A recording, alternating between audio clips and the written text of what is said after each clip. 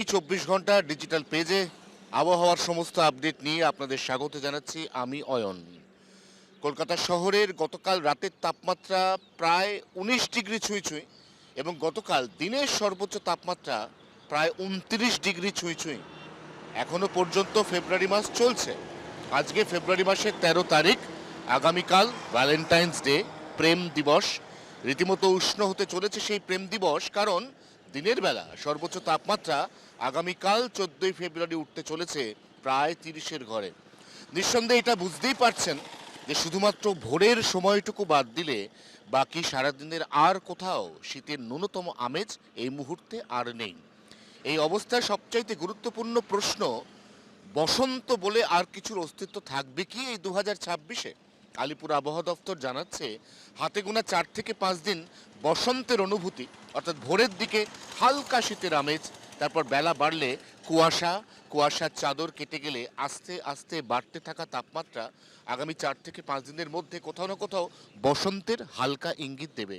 তারপর মার্চ মাসের 3 তারিখ দোলযাত্রা, সেদিন কলকাতার সর্বোচ্চ তাপমাত্রা পৌঁছতে পারে প্রায় 35-36-এর ঘরে, এমন আশঙ্কাও উড়িয়ে দেওয়া যাচ্ছে না।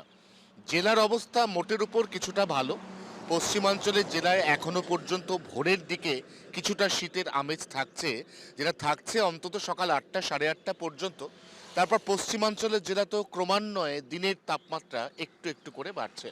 তবে বাতাসে এই মুহূর্তে জলীয় বাষ্পের পরিমাণ খুব একটা না থাকায় খুব ঘন বা অতি ঘন কুয়াশার সতর্কতা এই মুহূর্তে পশ্চিমবঙ্গের কোনো জেলাতে থাকছে না।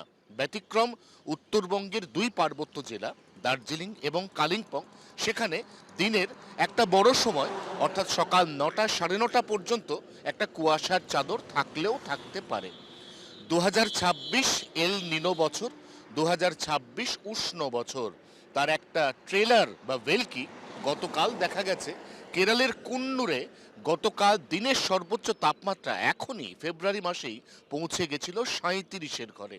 নিঃসন্দেহে আবহাওয়ার এই খামখেয়ালিপনার সঙ্গে আমাদের মানিয়ে চলতেই হবে, কারণ কোনোবারে এল নিনো এবং কোনোবারে লা নিনা, অর্থাৎ অতি উষ্ণ বা অতি শীতল বছরের সঙ্গে সামঞ্জস্য রেখেই চলতে হবে আমাদের প্রত্যেককে, এমনটাই জানাচ্ছে নয়াদিল্লির মৌসুম ভবন। জি 24 ঘন্টার জন্য ক্যামেরায় জয়ন্তের সঙ্গে অয়ন, কলকাতা।